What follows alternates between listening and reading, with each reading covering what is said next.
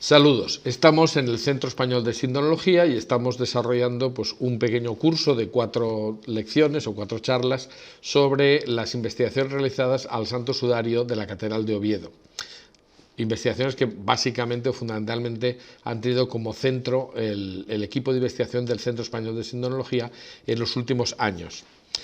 Vamos a desarrollar en esta charla la tercera parte, que hemos denominado con una pregunta, que es: ¿podemos identificar al hombre del sudario? Esta sería, como digo, la tercera parte. Pero es bueno que recapitulemos unos minutos para tener claro qué es lo que se dijo en las 2 charlas anteriores, sobre todo la segunda, porque esta tercera parte enlaza perfectamente con la segunda parte que ya hemos visto y conviene tenerla fresca.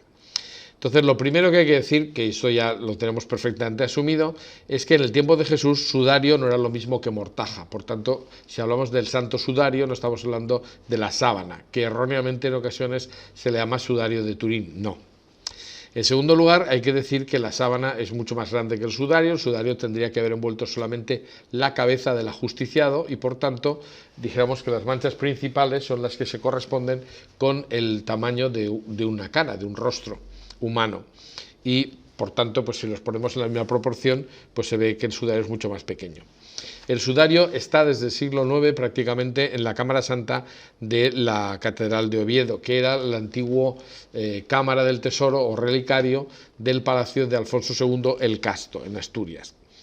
En el centro de la Cámara Santa existe una caja que se llama el Arca Santa, y la tradición dice que es con la caja con la que llegó el sudario con otras reliquias procedentes de Jerusalén, en una trayectoria histórica que está perfectamente recogida en manuscritos y documentos anteriores al año 1000 o en torno al año 1000. La investigación científica del sudario, dijéramos que tiene un pionero claro, que es Monseñor Giulio Ricci, un monseñor que trabajaba en el Vaticano y que fue el fundador del centro que actualmente se llama Centro Ricci, el Centro Diocesano de Sindonología de Roma. Ricci es la primera persona que se planta en Oviedo para estudiar el sudario. Lo hace en 1977 y publica el resultado de esa primera aproximación al sudario en su libro L'uomo della Sindone è Gesù, el hombre de la síndone es Jesús. Esto lo hace en el año 1985. En el año 87 se crea el Centro Español de Sindonología y en el año 89 el CES se dedica se plantea, mejor dicho, estudiar el Santo Sudario, porque se hace socio uno de los primeros socios del centro, y concretamente, si no recuerdo mal, es el primero de Madrid, que es don Guillermo Heras Moreno, un ingeniero de caminos que nos propone, por su conocimiento directo del sudario, nos propone que el CES, el Centro Español de Sindonología, estudie la reliquia. Y evidentemente se crea el equipo de investigación del Centro Español de Sindonología, que a lo largo de un montón de años ha estado desarrollando un estudio multidisciplinar y en principio completo sobre la reliquia llamada Santo Sudario de la Catedral de Oviedo. Algunas conclusiones rápidamente: es un tejido que está hecho a mano, con fibras de lino, con un hilado en torsión en Z como regla general. Es una tela vulgar con errores e imperfecciones. Se han hecho fotografías con luz visible, infrarrojos, vídeo y fotografía con luz ultravioleta, y se han encontrado algunos elementos realmente muy importantes. Otros son puramente accesorios o son simplemente contaminación que nos cuenta la historia del sudario antes de que entrara la investigación científica actual. Dentro de las cosas de la contaminación, podemos decir, que encontramos en el sudario, hay algo que no es propiamente contaminación, sino que son unas aglomeraciones de partículas de resina de áloe y bálsamo de estoraque, es decir, lo que llamaríamos mirra y áloes, pegadas en las manchas de sangre cuando aún estaba fresca. Eso indica un intento de conservar la sangre, un intento que se relaciona con una práctica funeraria típica hebrea, ¿no? Es decir, utilizar ungüentos para conservar los cadáveres y conservar la sangre, que también se considera parte muy importante de este cadáver.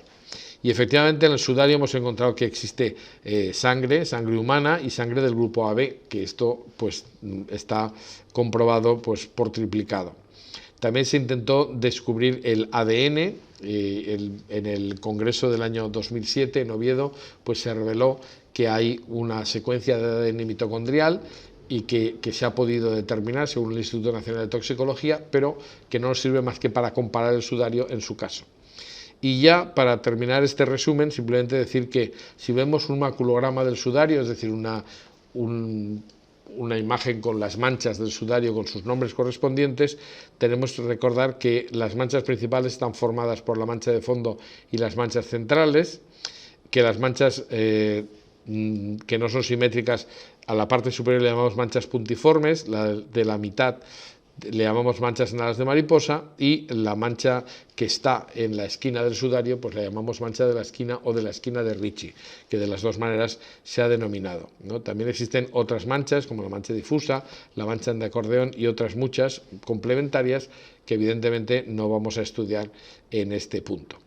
Hay que decir que la mancha principal corresponde prácticamente con el desarrollo de una cabeza, pero hay que tener en cuenta que una cabeza no es desarrollable sobre un plano y, por tanto, si el sudario ha estado colocado sobre una cabeza o sobre un rostro en 3 dimensiones, tiene que estar arrugado, y ahora cuando se ve estirado, pues lógicamente las manchas crecen, es decir, se salen de los contornos que tendrían que ser habituales. Por eso hay que comparar en 3 dimensiones.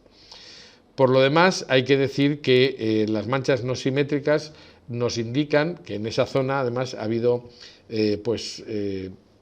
unas manchas de 3 características completamente distintas, ¿no? Por una parte tenemos lo que serían las manchas puntiformes, serían propias de una corona de espinas. La mancha en mariposa estaría en el centro del pelo, es decir, se ha hecho como una especie de pinzado y se ha cosido el sudario ahí, y dijéramos que la mancha de la esquina cae sobre la parte superior de la espalda, ¿no? Casi en la zona de los hombros. A partir de ahí, y haciendo un breve resumen de todo lo que hemos visto hasta ahora, pues ya podemos entrar en la verdadera materia de esta tercera charla, que es, repito, podemos identificar al hombre del sudario, y lo vamos a hacer viendo 2 aspectos. Por una parte, en esta charla vamos a hacer una reconstrucción de los hechos, es decir, he presentado, aunque sea rápidamente, las manchas que nos permiten elaborar una hipótesis de colocación del sudario, y a partir de ahí lo que vamos a hacer es precisamente reconstruir lo que pudo haber ocurrido, teniendo en cuenta que esta hipótesis nuestra encaja perfectamente y que pues es una hipótesis que se desarrolla en el tiempo y que además pues supone una serie de modificaciones también en el tiempo, pero nos explicaría perfectamente qué ha podido ocurrir con el cadáver del hombre del sudario. Ante todo, y para empezar, pues hay que decir que el sudario, como ya he indicado así de pasada, pues estuvo cosido al pelo, especialmente a la zona de la nuca, pero también en los laterales e incluso la zona de la barba, donde se ven agujeritos con hilvanes, es decir, eso es una zona que ha sido cosido el sudario. ¿Para qué? Pues para que no se mueva. Es decir, hay que tener en cuenta que la finalidad de un sudario que cubre una cabeza de una persona ajusticiada o con un edema de pulmón agudo es tratar de evitar que quien manipula el cadáver se manche con esa sangre. Esto, desde luego, visto desde el punto de vista de la mentalidad hebrea, sería una de las cosas más asquerosas que puede ocurrir, ¿no? Es decir, que la persona que manipula el cadáver se manche, porque para los judíos en la sangre está el alma, pero también es una fuente de impureza clarísima. Si te manchas con la sangre de un cadáver, pues por supuesto, o con algo que ha tocado un cadáver, tienes 8 días de impureza que tienes que superar. Pero, ¿por qué está esta diapositiva aquí? Pues está sencillamente porque muchas de las cosas que decimos las hemos experimentado. Y una de ellas fue precisamente comprobar cómo un pelo manchado de sangre permite que se cosa a esa cabellera. Esto es una experiencia que se hizo precisamente una Semana Santa con un voluntario que pidió que borráramos su cara, por eso no aparece, pero que tenía el pelo lo suficientemente largo. Y es que a veces cuando se habla de la sábana santa hay gente que nos dice, bueno, la sábana pues es claramente falsa porque la posición del pelo es una posición forzada, el pelo no puede estar hacia adelante, tendría que estar caído hacia atrás si estaba tumbado. Esto es lo que ocurre en la primera fotografía, vemos que un chico con un pelo largo pero limpio cae hacia atrás el pelo, y hemos colocado también una especie de cinta para que se vea perfectamente como dijéramos que tiende a la vertical. Sin embargo, sin exceso de sangre, sino simplemente colocando algunas pequeñas cantidades de sangre extraída de un voluntario para que pueda coagular, pues la verdad es que simplemente colocándolo en el pelo se va apelotonando, se va quedando duro, y porque la sangre coagula y la sangre hace que el pelo tenga que quede como un cartón prácticamente. Entonces, el hecho de que se coloque un sudario inmediatamente y este esté, pues, por lo menos hora o una hora y algo colocado en torno a la cabeza, puede hacer que al quitar el sudario el pelo se quede, como está acartonado y seco, pues esté prácticamente como si fuera de forma artificial, ¿no? Es decir, exactamente como se ve en la síndrome. Por tanto, dos cosas que podemos deducir ya de esta fotografía. Una, que el pelo de la sábana santa está de una determinada manera que encaja con la idea de que ha habido un sudario sujetando o recubriendo la cara, parecido a lo que tendría que ser el sudario de Oviedo. Y segundo, pues la absoluta compatibilidad del sudario de Oviedo con lo que vemos en la síndrome, ¿no? Bueno, pues a partir de aquí, ya he dicho que ha hecho una presentación rápida, porque ya hay una charla anterior donde se habla de una forma mucho más extensa, que hay una serie de manchas que nos permiten reconstruir cómo fue colocado el sudario. Pero yo quisiera empezar haciendo una referencia a tres frases del doctor Sánchez Hermosilla, que viene a señalar tres aspectos que creo que vale la pena tener en cuenta. Y dice literalmente: el manejo que se hizo del sudario de Oviedo fue en todo momento extremadamente cuidadoso, lo que ha permitido dejar unas improntas de fluidos cadavéricos muy nítidas. Ninguna de ellas presenta emborronamiento significativo. Esto es algo que hay que tener en cuenta, es decir, las manchas están como si no se hubiera colocado, o sea, como si el sudario no se hubiera movido, ¿eh? Evidentemente, esto indica que se ha tenido la intención de sujetarlo fuertemente, por eso lo de los cosidos, ¿no? Sigue diciendo el profesor Sánchez Hermosilla: en ningún momento el sudario de Oviedo se utilizó para enjugar el rostro del cadáver, es decir, nadie pasó una tela para recoger la sangre, sino que al revés, lo que se hizo fue cubrir la cabeza para que esa sangre no saliera. Y termina diciendo: de haber sido así, las manchas estarían tan deformadas que, aunque se estudiasen en profundidad, sería prácticamente imposible obtener conclusiones válidas sobre el modo o modos en que pudo ser utilizado el sudario. Afortunadamente esto no ha sido así, es decir, y precisamente porque son unas manchas nítidas podemos encontrar pues una serie de detalles que nos permiten reconstruir pues elementos anatómicos en la zona que ha cubierto el rostro. Entonces, de acuerdo con esto, pues nuestra hipótesis señala que el sudario estuvo realmente en tres posiciones sucesivas. En una primera posición estuvo parcialmente muerta la cabeza, en una segunda posición se le dio completamente la vuelta a la cabeza con el sudario y se colocó un nudo, y en la tercera posición, tirando del nudo y rompiendo los hilvanes, simplemente el sudario habría quedado enrollado sobre sí mismo, como dice el Evangelio de Juan, enrollado sobre sí mismo en su sitio, pero aparte, es decir, fuera del lugar de la mortaja que se habría utilizado con este cadáver. Bueno, el sudario lo que nos dice son esas tres posiciones, y ahora vamos a ver exactamente por qué cada una de ellas, pero ya advierto que eso es perfectamente compatible con el uso que la arqueología nos dice que tendría el sudario y con la posibilidad de que este cadáver fuera el de Jesús de Nazaret, pero eso lo veremos un poquito más adelante. Entonces, por lo que se refiere a la primera posición del lienzo, ¿cómo se colocaría? Bueno, pues muy sencillo. Se coge un extremo del sudario, se coloca en la parte de atrás de la nuca y se empieza a coser al pelo. Entonces tenemos un extremo del sudario que tendría que haber cubierto la cabeza completamente, pero esto no ocurre así. Es decir, el sudario se coloca hasta la oreja derecha más o menos y aquí se pone doble. Vamos a intentar verlo con esta animación. Es decir, se cose en la parte de la nuca y se gira hasta llegar no solamente a la nariz, sino hasta la oreja derecha. Ahí se cose en donde he puesto las marcas en negro, son cosidos, y después se pone doble en la parte de delante de la cara. ¿Cómo sabemos que esto fue así? Bueno, lo sabemos porque de esta manera encajan completamente todas las manchas más importantes que hemos citado, ¿no? Así tiene sentido, pues por ejemplo, las heridas puntiformes y los agujeritos de los cosidos en la parte de la nuca, en el occipital.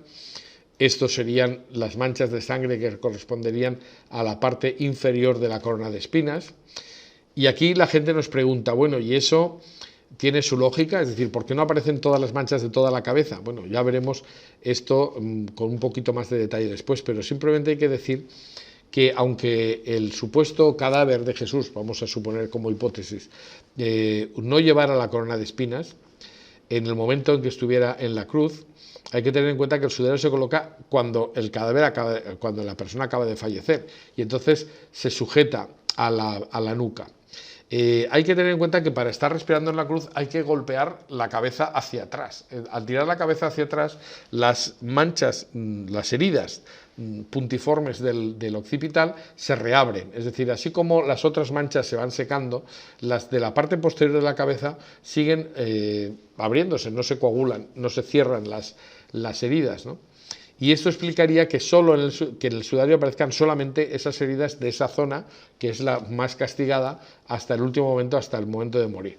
En el momento de morir, pues la cabeza queda pendulando hacia adelante, y entonces es el momento en el que se puede coser el sudario, y se supone que tendría que haberse envuelto la cabeza para poder transportar el cuerpo hasta el lugar de la sepultura sin necesidad de de mancharse. Pues eso, las heridas puntiformes caen en su sitio. Ya dijimos el día anterior que las marcas de la nariz y la boca nos marcan un punto de referencia claro, y si extendemos la esquina del sudario, dijéramos, hacia atrás, pues vemos dónde llegan las manchas puntiformes al sitio correspondiente. También la mancha en alas de mariposa, que ya vimos que es un pinzamiento, ahí se ha cosido y eso ha formado como una especie de coleta, porque ahí se queda el pelo pues apelotonado, se queda pues duro, unido, y también la mancha de la esquina que cae, como he dicho, en la parte superior de la espalda. Si miramos al voluntario desde la parte de delante, vemos que la posición de la cabeza es la que tiene que ser, y que tiene un brazo hacia arriba y la cabeza pues apoyada en ese brazo más o menos. Aparecen las manchas principales dobles perfectamente en esta posición, y también las manchas accesorias, por ejemplo la de la clavícula, que se ve porque se ha remetido el sudario para que éste quede recogiendo el líquido que salga por la nariz y por la boca. Problema que se plantea, bueno, ¿y por qué hacer una cosa tan complicada? Es decir, ¿por qué no haber dado simplemente una vuelta completa a la cabeza? Entonces, esto es una pregunta que uno se puede hacer, pero no se puede a veces pues hacer trampas con el solitario. Es decir, nosotros sabemos que el sudario ha sido colocado así porque las manchas nos indican que ha estado colocado así. ¿Por qué ha sido eso? No podemos saber, no estamos en la mente de quienes lo están haciendo, pero se nos ocurren varias cosas. La primera de ellas es que pues si hay una parte que no está cubierta por el sudario es porque no sería necesario o porque no sería posible. Entonces, ¿qué explicación podemos encontrar? Bueno, está claro que la parte que más líquido va a tener va a ser la de la nariz y la boca, y podría justificar eso que se ponga doble por la parte de la cara. Pero quizá hay una forma más sencilla de explicarlo, y es que había un inconveniente. Y es que si estamos pensando que la posición sea la de un crucificado, y en la propia cruz es cuando se empieza a colocar el sudario, pues tenemos que tener en cuenta que la cabeza estaría hundida porque el cuerpo está todo colgando y posiblemente apoyada en uno de los laterales. Entonces, ¿eso qué quiere decir? Pues que tenía un brazo hacia arriba, pero lógicamente si tiene uno tiene que tener los dos, porque si solamente tuviera un brazo hacia arriba, la cabeza caería en dirección contraria, no se apoyaría en ese brazo. Para eso tienen que estar los dos brazos levantados, y además tiene que tener un apoyo en los pies para que todo el cuerpo pueda estar pendulando hacia un lado, porque si no quedaría simétricamente la cabeza entre los dos brazos. O sea que nosotros empezamos a ver que efectivamente en esta posición la cabeza tiene que estar inclinada hacia adelante 70 grados. Inicialmente se pensó que unos 20 grados a la derecha, luego se rectificó un poquito y es algo menos, no llega o está en torno a los 10 grados, como veremos después. Pero en todo caso podría estar apoyada sobre el brazo derecho. Entonces, como estaba advirtiendo, pues esta inclinación hacia adelante y esta posición del brazo pues es la propia de un crucificado. Como ya he adelantado, pues el otro brazo también tendría que estar en alto, y los pies tienen que tener un apoyo para que el cuerpo se balancee y caiga hacia uno de los lados, si no estaría perfectamente simétrico. O sea, todo esto es una posición que sería explicable en un crucificado, pero si no pensamos que es un crucificado a la persona a la que se le ha colocado el sudario, pues realmente no tendría mucha explicación. Porque empezando porque alguien tiene que tener heridas punzantes en una cabeza. Esto se explicaría en una corona de espinas, pero hay que tener en cuenta que no se sabe de nadie en toda la historia que haya sido coronado de espinas, es decir, es un caso único en la literatura. Y sin embargo es el caso típico de Jesús de Nazaret. Fuera de esto, pues no hay más. Bien, entonces, colocado así de esa forma tan curiosa, el sudario doble por delante y simple por detrás, pues en ese momento, ¿qué ocurre? Pues que el cuerpo pues empieza a relajarse. En cierta medida, pues ha muerto en inspiración y entonces a partir de ese momento pues empiezan a apretarse los músculos, la caja torácica se exprime en cierta medida, por decirlo de alguna manera, y es como si tuvieras una esponja que se aprieta y entonces sale el líquido por la nariz y por la boca. Así que estando todavía en posición vertical, dijéramos que va saliendo un fluido muy suave por la nariz y por la boca, cosa de, calculan los científicos, unos 15 minutos, y esto hace que se forme la mancha de fondo, concretamente la parte inferior, es decir, desde prácticamente la ruptura que tiene el cartílago nasal hasta los picos de la barba. Esa zona se habría manchado, se habría llenado de líquido pulmonar con sangre, estando todavía en la cruz. Tuvo que estar unos 15 minutos en esta posición y, bueno, ya digo, con el cuerpo en posición vertical. En un segundo momento, en nuestra hipótesis, lo que pensamos es que se desmonta la cruz, ¿no? Entonces, ¿cómo se desmonta la cruz? Sacando el travesaño en horizontal, el patíbulum, sacándolo del stipes, que tiene un saliente, entonces el cuerpo tiene que balancearse hacia adelante, no se puede tirar hacia atrás porque tiene precisamente el stipes que le impide al que está maniobrando con el cadáver tirarlo hacia atrás. Entonces el cuerpo tiene que quedar boca abajo necesariamente. Esto explicaría que entonces se produzca la parte superior de la mancha de fondo, es decir, en el momento en que la punta de la nariz o los orificios nasales por donde sale el líquido está más alta que la frente, pues el líquido parece que suba y manche la frente. Entonces tendríamos que en esta segunda posición, pues el líquido sube hacia la zona de la frente y queda pues siguiendo lógicamente la ley de la gravedad y la propia naturaleza de la situación, pues se queda manchado de esta manera.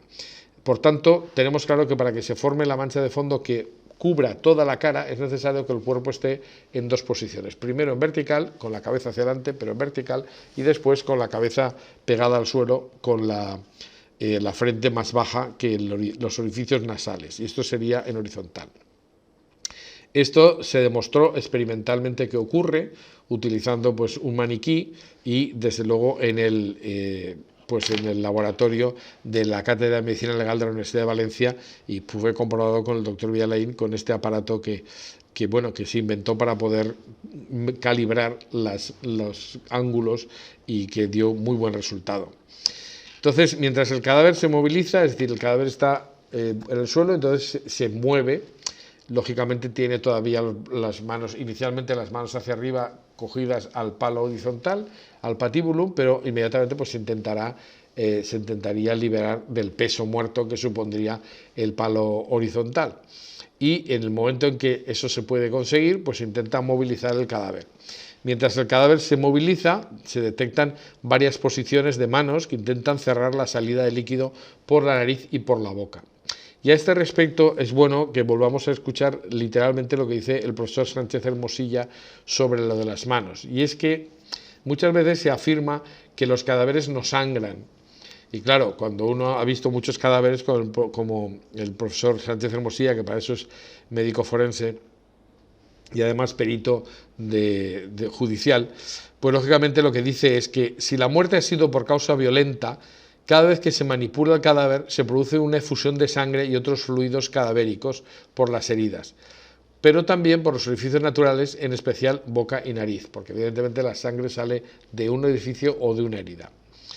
Sigue diciendo, en el caso que nos ocupa, el cadáver del hombre del sudario sangró profusamente al ser manipulado. Para evitar su pérdida, en repetidas ocasiones, una o varias personas intentaron cohibir esta efusión usando sus propias manos. El resultado es que en la parte que el resultado es que en parte consiguieron su objetivo, reducir la pérdida de estos fluidos a cambio de dos consecuencias. La primera es que estas manipulaciones modifican las improntas producidas por las fuentes maculantes, adoptando formas que de otra manera no se habrían producido. Por ejemplo, pues se ve claramente torcida la nariz, y esto pues efectivamente es consecuencia de una presión.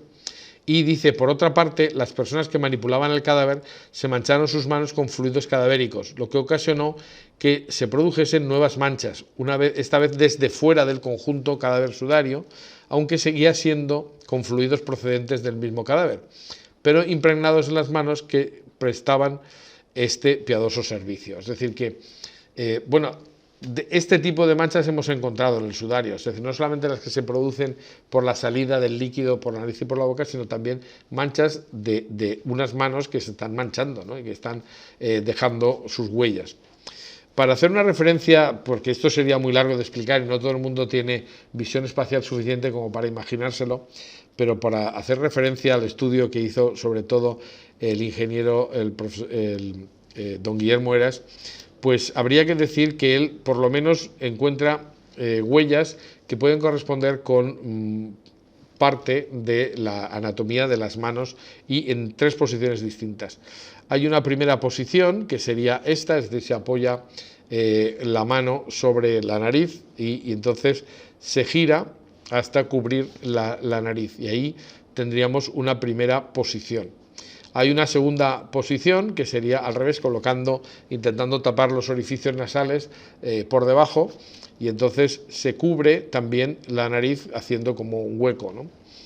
Y por último, pues tendríamos, en esta posición además se quedarían marcados en cierta medida los dedos. Es decir, hay partes de la superficie de la mano que quedan manchadas y que dejan su huella en el sudario. Ya digo, esto no todo el mundo lo ve ni es fácil de ver, pero simplemente dejamos constancia de que eso se ha estudiado y es perfectamente posible. Bueno, a partir de aquí se modifica, se pasa a una segunda posición del lienzo. ¿Cómo se pasaría a una segunda posición? Bueno, pues porque en el momento en que quedan libres los brazos y se intenta poner el cuerpo de una forma que sea más fácil de transportar, pues se puede terminar de dar la vuelta a la tela, ¿no?, que cubre la cabeza. Entonces, para esto lo que se habría hecho es lo siguiente. El lienzo pues se descoge, es decir, se libera parcialmente, volvemos hasta la oreja derecha que hemos visto antes, y después se cubre el resto de la cabeza, haciendo al final un nudo en la parte de atrás de la cabellera.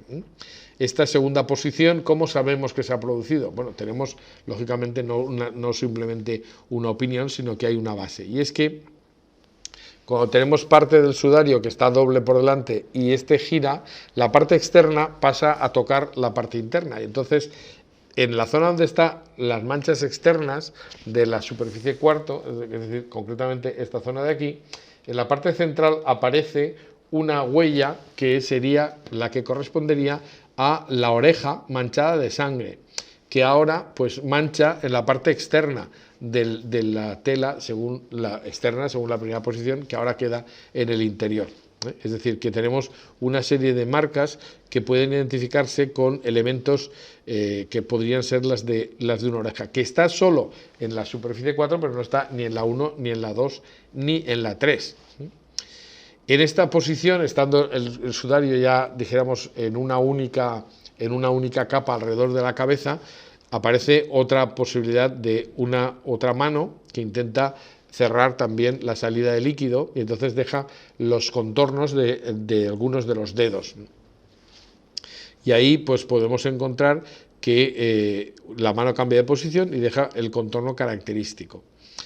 Y efectivamente, pues aquí podrían estar, dijéramos, los dedos que están en torno a la nariz, básicamente.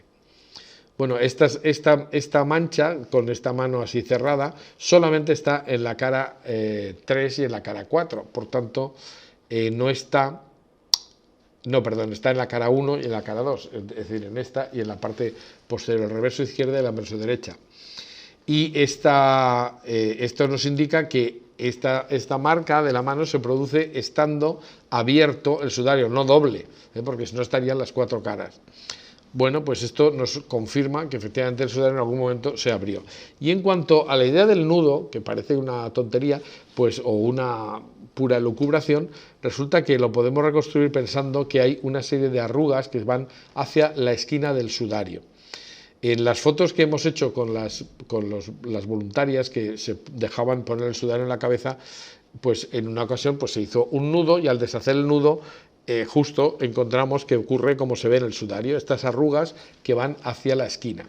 Quizá la confluencia de las arrugas nos indica que el sudario pudo ser algo más grande, pero en cualquier caso parece que haya habido un nudo, porque justo el nudo que hicimos al deshacerse dejó una marca muy parecida.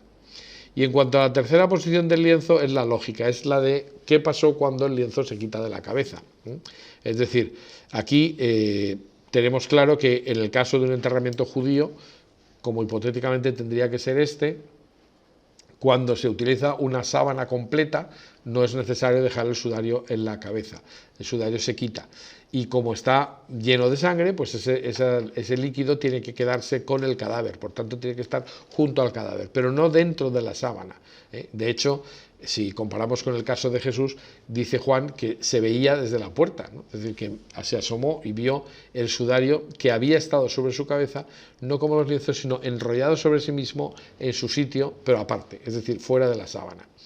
Y ahí tenemos lo que esta posición, con el nudo todavía, nos podría indicar que alguien rompe esos silbanes que lo sujetan al pelo y simplemente tirando el nudo, sin necesidad de mancharse mucho, pues tira y quita el sudario como si fuera una capucha, y así sería una forma de entender que estaba enrollado sobre sí mismo. No como pensaba Monseñor Ricci cuando va por primera vez a Oviedo a ver el sudario, que tendría que ser enrollado como alrededor de la cara, sino en el otro sentido, es decir, envolviendo toda la cabeza. ¿Por qué sabemos que esto estuvo así? Porque sabemos también que al quitar el sudario tiene que espolvorearse de mirra y aloe, y eso tuvo que hacerse, pero además las aglomeraciones de resina de aloe y bálsamo de estoraque, o que es el equivalente a la mirra, que ya se cita en el Antiguo Testamento, pues esas aglomeraciones indican que todavía no se ha secado completamente la sangre cuando se espolvorea el sudario y así quedan pegados a la sangre estas partículas. Y estas las encontramos en la zona interna de esa capucha, es decir, que aunque hoy día el sudario está desatado, lógicamente, pues justo en la zona que se corresponde a la parte interna de la capucha final, dijéramos, esa es donde se encuentran la mayor profusión de partículas de mirra y aloe, es decir, como si alguien hubiera espolvoreado el interior de la capucha para que esa sangre se conserve. Una de las fotos que a mí me encanta de toda esta investigación es una donde se ven claramente los ungüentos pegados a la sangre en el interior de la capucha, ¿no? Como vemos aquí, es decir, las partículas más grandes pues son los acúmulos de los ungüentos, y vemos una serie de glóbulos rojos pegados, y vemos que estos están perfectamente conservados. Los glóbulos rojos desaparecen con una rapidez pasmosa. Hay quien dice que no pueden durar más de 24 horas sin destruirse.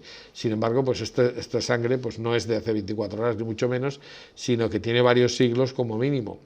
Y curiosamente se han conservado, y parecen pues donuts o buñuelos, precisamente porque están pegados a los conservantes, que para eso se utilizan. Bien, entonces la idea es, aunque yo he introducido algún elemento comparativo con el caso de Jesús para que fuera más clara mi explicación, lo primero o lo segundo que tenemos que ver es que esta forma de colocar el sudario y estas posiciones sucesivas son perfectamente compatibles con lo que tuvo que ocurrir en el caso de Jesús de Nazaret, y esto es justo lo que vamos a ver.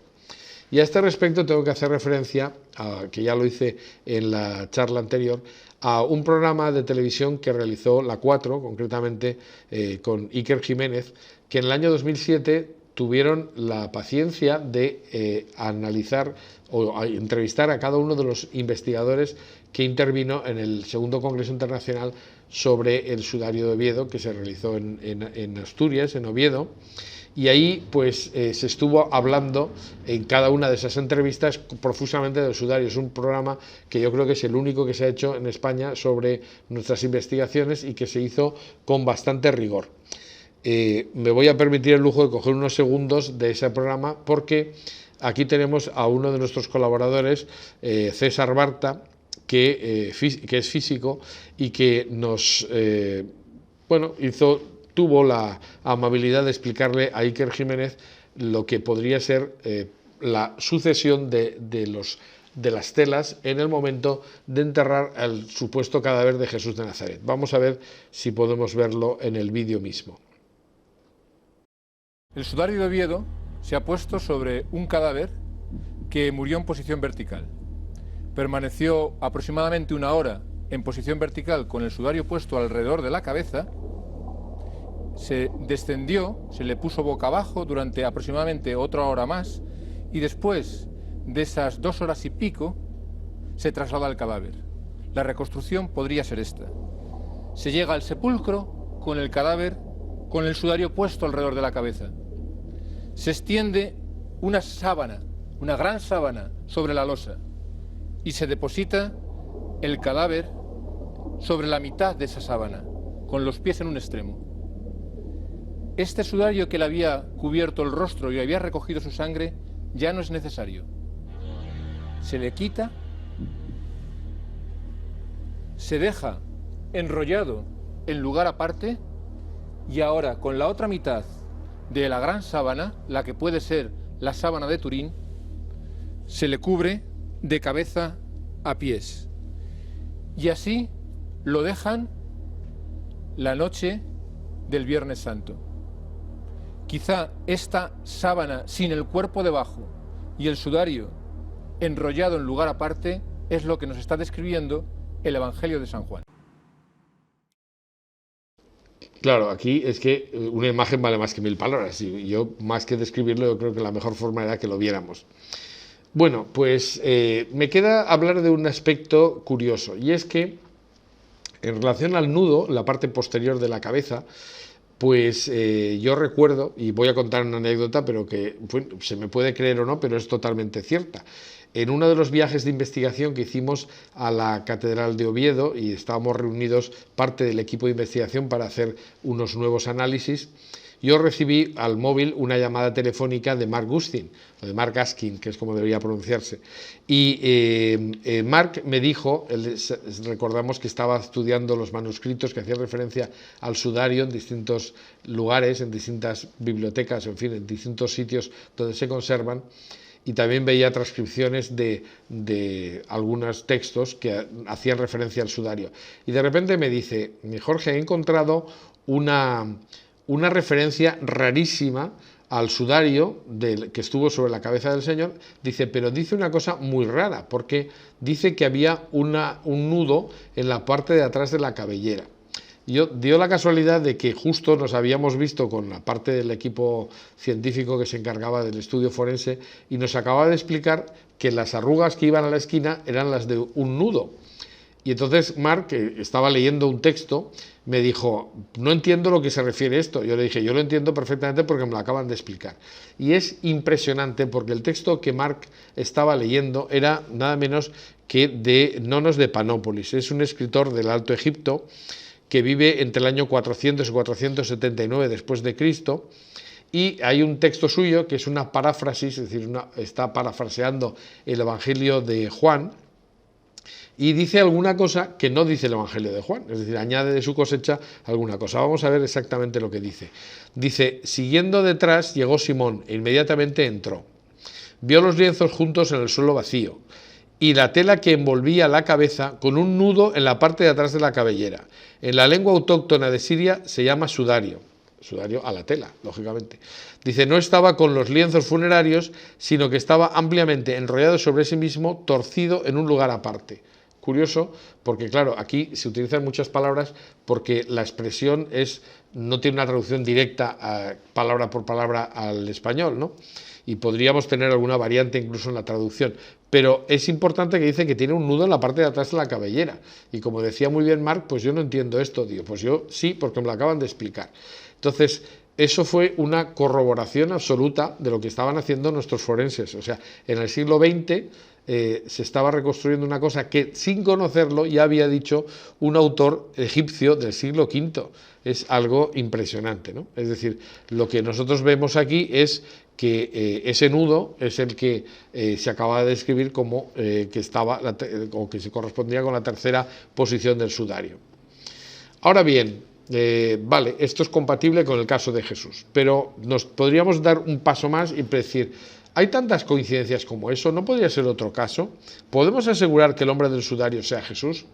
Bueno, ya sabemos que no tenemos un medio directo de comprobarlo, ¿eh? No tenemos el cadáver de Jesús, ni tenemos su ADN directamente, no sabemos exactamente dónde podemos encontrar las muestras de comparación, pero sí que podemos hacer un ejercicio de pura racionalidad, que es ver qué coincidencias hay entre del sudario de Oviedo con el sudario de Jesús, ¿no?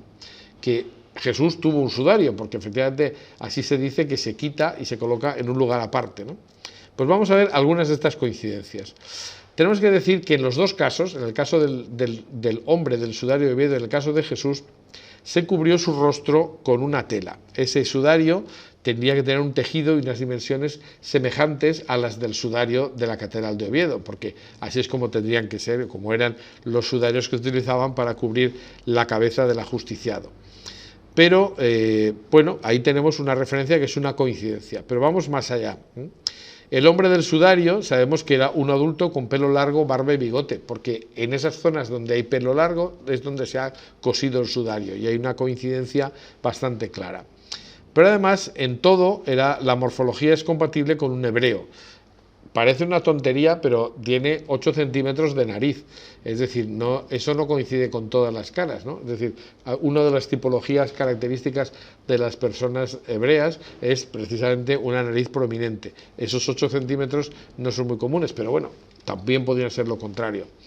Pero aquí tenemos una posible coincidencia, ¿no? Es compatible con el caso de un hebreo, pero sobre todo por el grupo sanguíneo AB, que en la antigüedad se atribuye, bueno, solo tiene el 3% de la población mundial, pero se considera que era muy característico de los hebreos, sobre todo antes de que, pues con el paso del tiempo, aunque los hebreos no suelen mezclarse mucho étnicamente con otros grupos, sí que han terminado mezclándose en gran medida. Y pues bueno, pues cuanto más antiguos estemos, cuanto más nos vayamos hacia atrás, pues vamos a ver que se conservan las características raciales más, ¿no? Bueno, pues ese grupo AB sería un indicativo. No es determinante, pero es un indicativo.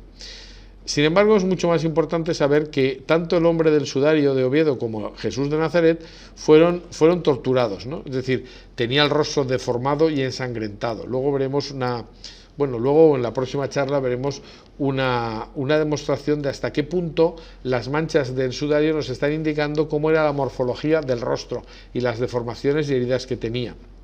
Bueno, pues no estamos hablando de otra persona más o otra persona que hubiera muerto de otras circunstancias. Tiene que tener torturas, deformaciones, ensangrentamientos. Bueno, evidentemente hay una coincidencia.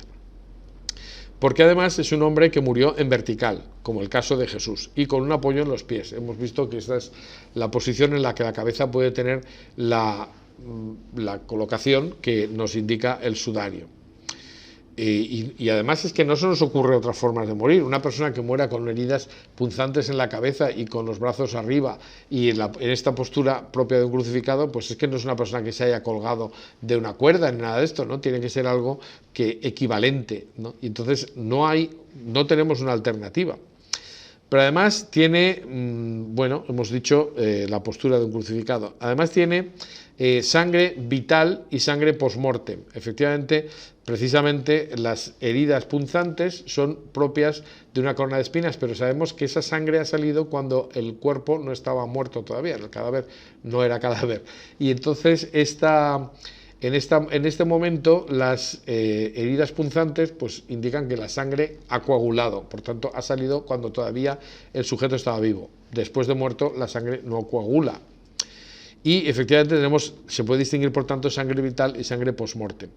Pero ya digo, la corona de espinas es un caso único, ¿eh? Vemos que en el sudario tenemos una zona que ampliada, pues se ve clarísimamente cómo esos coágulos se han comprimido esas manchas de sangre, y hay una parte más corpuscular que tiene más materia que se queda en el centro, y hay un halo de suero alrededor.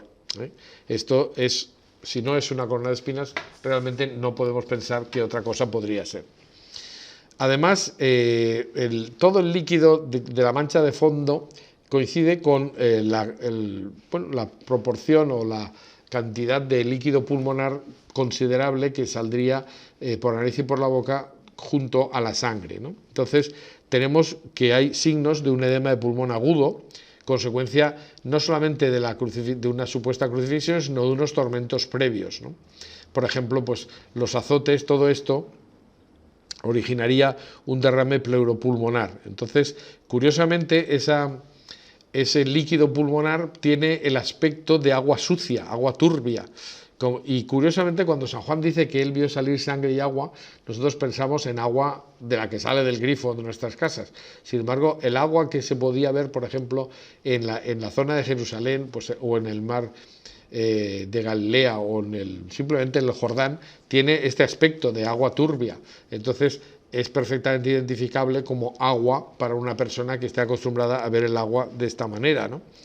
Pero, este líquido pulmonar es muy probable de origen traumático, por la flagelación, las contusiones, el maltrato físico, y al manipular el cadáver, pues sale por los orificios ese líquido que está alojado en los pulmones.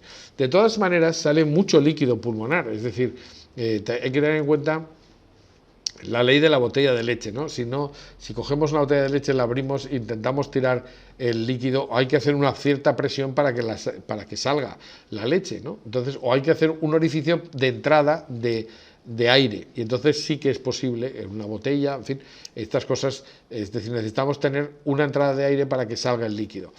Bueno, pues todo nos indica que efectivamente, en el caso del hombre del sudario, puede haber tenido una entrada de aire a los pulmones, porque si no nos explica que haya salido tanto líquido por la nariz y por la boca, que es suficiente como para pensar que efectivamente hay algo que no es muy común, ¿no? Para que salga por la nariz y la boca con facilidad, sería necesario, como digo, una entrada de aire como la que produciría la lanzada. Esto es muy interesante, porque aquí tenemos una primera referencia indirecta a la posibilidad de una lanzada. Luego veremos que hay otra más directa todavía en el sudario, pero eso lo trataremos en la charla siguiente. Bueno, hemos dicho, por tanto, que hasta ahí hay otra coincidencia con el caso de Jesús. Pero además sabemos que el hombre del sudario fue descendido al suelo, es decir, una vez descendido al suelo, porque no sigue en posición vertical, porque en algún momento se le deja en el suelo, y se transporta al lugar de la sepultura, que no tiene que estar muy lejano, porque el hecho de que se coloque una mano intentando cerrarlo y no se utilicen otras formas de parar la sangría o la salida de líquido más definitivas, parece porque había una cierta proximidad al lugar donde se iba. O sea que el cuerpo debió trasladarse a un lugar próximo, puesto que si no es difícil pensar que lo habían transportado a mano, sujetándolo. Bueno, pues esto tenemos otro punto de coincidencia, que sabemos que ocurrió en el caso de Jesús, pero tampoco nos planteamos que pueda existir un caso alternativo. Después, el sudario se espolvoreó con mirra y aloe al retirarlo. Sabemos porque hemos encontrado en el sudario que hay mirra y aloe, pero también lo sabemos que se utilizó en el caso de Jesús, lo dicen los evangelios y esto no hay ninguna duda. Y además el sudario se encontró enrollado sobre sí mismo. ¿Cómo podría sabernos de Panópolis que había tenido un nudo? Quizá en el siglo V todavía tenía un nudo. ¿Cuál es la fuente que él utiliza? No la sabemos. Pero es muy llamativo que se le ocurra decir una cosa así, porque eso no es muy frecuente, ¿no? Y bueno, pues tiene un medio de conocimiento que no es evangélico, ¿no? Entonces el sudario se retira, está enrollado sobre sí mismo y se conserva. ¿Cuántos sudarios de cuántas personas encontramos conservados por ahí? Pues prácticamente ninguno, ¿eh? Es decir, esto es un caso muy especial. ¿Por qué se conservó ese sudario, ¿no? Bueno, pues eso está claro que, y sobre todo, bueno, pues ¿por qué se quita? Pues porque hay un enterramiento definitivo. Todo eso encaja con el caso de Jesús. No todo el mundo era enterrado con una sábana grande. Esto es un entierro de lujo, ¿no? Y con una sábana de lino, que es que eso es muy poco frecuente, porque la síndone es un lienzo de lino. Y el lino estaba al alcance de pocos bolsillos. Sabemos que José de Arimatea y Nicodemo son los que se encargan del entierro de Jesús. Son personajes importantes en la sociedad de los judíos y, lógicamente, y miembros del Sanedrín. Ellos tienen una disponibilidad económica y además quieren hacerle un entierro pues digno del Mesías a Jesús. Bueno, pues esto encaja perfectamente en el caso de Jesús y en el caso de la sábana santa. Pero también explica que se retire el sudario, incluso sin desanudarlo, ¿no? Esto sería perfectamente posible. Bueno, efectivamente el sudario se conserva. ¿Por qué se conserva? ¿Por qué en una catedral encontramos una tela sucia, manchada y arrugada? Es decir, una cosa asquerosa que, como decía el doctor Villalain, si la encontráramos en la calle le daríamos una patada, pero no nos la llevaríamos a una catedral para guardarla. Pues evidentemente esto es muy significativo, ¿no? Es decir, siempre se ha dicho que este sudario era el sudarium Domini, el sudario del Señor, el sudario de Jesús. Y en este sentido, pues tenemos que destacar una última referencia, que es que la tradición siempre ha dicho que era el sudario de Jesús y no ninguna otra cosa. Es decir, no estamos ante una tela que un señor se encuentra en el siglo XVI y dice, anda, ¿podría ser esto el sudario de Cristo? No. Si encontramos algo que ha sido venerado, guardado con mimo, con cuidado durante tanto tiempo, es porque esto era importante para alguien. Entonces, si la importancia no está en la apariencia física, que no dice nada, pues tiene que estar en el fondo, es decir, porque se guarda porque se considera que es algo importante y que tiene un valor especial. La tradición cristiana que se recoge en Oviedo dice que el sudario es el de Jesús. Y así se coloca, por ejemplo, en la inscripción de la caja del Arca Santa, cuando Alfonso VI ordena que se escriba en la tapa pues el contenido que contiene el Arca Santa, ahí consta del año 1075 en letras de plata repujada que aquí está el sudario et cruore Domini. Es decir, eso es importante. La tradición no hay que desdeñarla porque no surge de la nada, es una tradición que tiene ya también bastantes siglos, es una venerable tradición. Ahora bien, pues si todo lo que hemos encontrado es plenamente compatible, lo que tengo que decir es que llevamos muchos años un equipo de científicos que ha ido variando a lo largo de este tiempo, pero que hemos llegado a ser más de 30, pues en ese equipo se han buscado sobre todo disonancias, es decir, no se buscaban concordancias con el caso de Jesús, sino se intentaba ver si había algo que podía hacérnoslo dudar. Bueno, pues no se ha encontrado en absoluto nada, y esto es muy significativo, porque incluso cosas que parecía que no tenían que encajar, encajaban perfectamente. Bueno, pues eso, ya digo, esto también es algo importante de decir. Simplemente decir que hay las últimas investigaciones que se realizaron, algunas no han acabado, sobre el sudario de Oviedo, pues nos hacen pensar que efectivamente todo coincide. Y bueno, pues hay algunos detalles también muy llamativos, ¿no? Es decir, elementos añadidos al sudario, como por ejemplo el polen, pues está siendo investigado. Pero sobre esta materia hay un dato muy importante. En el Congreso Científico Internacional que se celebró en Valencia el año 2012, con ocasión del 25 aniversario del Centro Español de Sindonología, bueno, pues se hizo un congreso donde el centro invitó a investigadores directos de la sábana y de algunos del sudario, lógicamente, para que nos hablaran de conclusiones y de qué se podía mantener después de tantos años de la primera investigación multidisciplinar de la síndone. En este congreso pues hubo una ponencia que fue muy corta pero muy interesante. La realizó la profesora Marcia Boy. Marcia Boy estaba estudiando enterramientos del siglo I en el Mediterráneo de personajes ilustres importantes. Y ella, una de las cosas que dijo, y esto pues es propio de una charla de la síndone, pero aquí es importante decirlo también porque nos afecta, ella dijo que uno de los granos de polen o uno de los tipos de granos de polen que se había identificado con más profusión en la sábana santa era el de la Gundelia turneforti.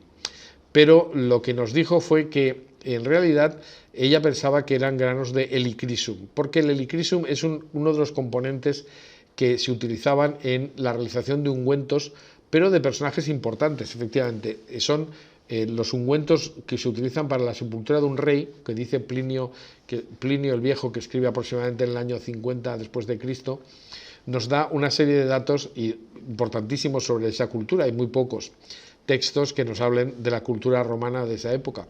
Y Plinio nos dice, pues algunos casos como eran las copas, cómo se enterraban a los personajes importantes. Entonces el Lycrisum pues no se puede distinguir con un microscopio óptico de la Gundelia turneforti. Entonces, en la intervención de Marcia Boy, lo que quedó de manifiesto es que el tipo de polen más común en la sábana santa era no la Gundelia turneforti, como se había pensado inicialmente, sino el Helichrysum. Y esto, ella decía, es muy coherente. Yo estoy acostumbrada a encontrar este tipo de restos porque ella estudiaba precisamente el uso de ungüentos en los enterramientos. Entonces, dejó claro que lo que se consideraba como Gundelia, pues debería considerarse como Helichrysum, y esto nos indicaba dos cosas fundamentales. Uno, que en la sábana teníamos un enterramiento auténtico, no es un cuadro, sino que se ha enterrado una persona allí, y además una persona con los máximos honores, es decir, dándole la máxima importancia. Bueno, pues lo sorprendente es que esos granos de Helichrysum también los hemos encontrado en el sudario. Yo pensaba que iba a poner la fotografía aquí, pero saldrá un poco más adelante. Son pues unos granos muy característicos que se han encontrado en el sudario al usar el microscopio electrónico pegados a la sangre. Por tanto, sabemos que el Helichrysum se utilizó como ungüento también durante la sepultura. Cosas que se están trabajando, ¿no? Pues por ejemplo, pues que yo sepa, no se ha conseguido obtener el ADN, es decir, el estudio genético del lino, pero bueno, no se ha cejado el empeño tampoco. Y se están estudiando, sobre todo desde la parte del equipo que está en Asturias, pues la determinación de elementos físicos y químicos presentes en el sudario. Para eso, pues se han realizado una serie de análisis efectuados sobre el anverso del sudario de Oviedo y que pues han llevado a la aplicación de la fluorescencia con rayos X y la identificación de algunos de estos elementos que son inorgánicos. También, como ya dijimos cuando hablamos del carbono 14 y el sudario de Oviedo, pues las imágenes con microscopio electrónico han permitido conocer la incidencia de la contaminación o de la degradación del tejido en la datación realizada con carbono 14, que es importante. Todo eso fue de las últimas investigaciones realizadas con el sudario. También se está estudiando el material recogido en el fondo del relicario del sudario de Oviedo, que se cambió en el año 2014, pero que de dejarlo durante muchos años ahí el sudario, pues iban cayendo partículas, y en el fondo de esa caja pues existen un montón de partículas que todavía no se han estudiado completamente. Y dijéramos que, bueno, donde más se ha avanzado es en el estudio de aspectos de la medicina legal y forense, como podemos ver, desde que el doctor Sánchez Hermosilla se ha hecho cargo de esta investigación, se ha avanzado mucho en esa línea, y entonces pues se han realizado observaciones microscópicas, esto fue el año 2012, en zonas del anverso y del reverso del sudario, y además se han hecho algunos descubrimientos interesantísimos. Por ejemplo, el hallazgo de coágulos de fibrina. La fibrina, bueno, pues se han encontrado estructuras compatibles con coágulos de fibrina, indicativos de un derrame pleural. Bueno, entonces la fibrina pues es un componente que aparece en la sangre como consecuencia del intento de la sangre de coagular. Entonces indica que hay heridas internas, ¿no? Es decir, que esos pulmones están heridos especialmente, y que por tanto cuando sale el líquido de dentro de los pulmones, esas heridas se están intentando sanar, por tanto se está intentando coagular. Entonces, claro, salen porque hay un orificio de entrada, que sería la lanzada, una entrada de aire, y esto permite que salga el líquido, pero la fibrina, que tendría que estar en el interior, pues sale fuera, y ahí la hemos encontrado en el sudario. Hay además estudios de fluidos orgánicos diversos. En algunas zonas, por ejemplo, tienen tal densidad que presentan un aspecto craquelado, mientras que en otras su presencia es casi testimonial. Y estamos hablando de todo tipo de cosas, moco, se ha encontrado saliva, etcétera, un montón de detalles que nos hablan de que el sudario no es una falsificación. Esto ha estado en la cabeza de una persona. Es llamativo encontrarte con que a veces se escribe en contra del sudario, porque siempre hay gente para todo, sin tener ni idea, y hay gente que te dice, un historiador de repente te dice, bueno, del sudario no se sabe ni siquiera si hay sangre. Bueno, no lo sabrá usted, pero nosotros sí sabemos que hay sangre, y muchas otras cosas que nos indican que esto ha estado en la cabeza de una persona real, ¿no? Bueno, se han encontrado estructuras orgánicas e inorgánicas, ¿no? Por ejemplo, se han encontrado sales minerales, cristales de calcita, fibras textiles de diverso origen, sales de plata, óxido de hierro, cera, carmín de labios, todo tipo de cosas. Algunas contaminantes, pero otras tan importantes como, por ejemplo, que hay un elevado nivel de contaminación inorgánica, que pueden ser cristalitos de sal, que eso podría ser consecuencia del sudor, ¿no? Entre otras cosas. En fin, y pues con las manchas importantes que hemos visto, pues hay otras que son claramente identificables como de sangre, saliva y mucosidad. Y están donde tienen que estar. Por ejemplo, pues el líquido que sale de la nariz, lógicamente con mucosidad, cae sobre el pecho. Entonces ahí tendríamos restos que podrían haber caído sobre el pecho del crucificado estando en vertical. Son detalles que son casi un poco desagradables y escabrosos, pero que para que se vea que efectivamente se ha profundizado lo suficiente, ¿no? Pero además hay otros detalles que nos marcan una coincidencia con el caso de Jesús, y es que se han encontrado también posibles huellas de la flagelación en el sudario de Oviedo. Algunas pequeñísimas manchas que aparecen en partes marginales del sudario, es decir, las que están, pues por ejemplo, en la parte superior de la espalda, podrían corresponder, porque haciendo los cálculos matemáticos correspondientes vemos que hay una coincidencia en medidas con algunas que están en la sábana santa. Por tanto, podemos decir que las marcas de la flagelación, y la flagelación del caso de Jesús fue una flagelación bestial, porque iba saltando piel y sangre y carne cada vez que se flagelaba. Pues estas marcas quedan en la piel, y esas manchas pues manchan el sudario también, ¿no? Entonces también hemos encontrado pequeñas manchitas que se corresponderían con las heridas de la flagelación, ¿no? Ahí tenemos posibles huellas de la flagelación que también se ve que han coagulado. Hay una separación del suero, de la parte más oscura, y efectivamente tenemos que, bueno, eso indica que esas manchas han salido cuando estaba todavía vivo el sujeto. Es decir, y esa sangre ha coagulado en la espalda parcialmente, y cuando se coloca el sudario, pues mancha el sudario.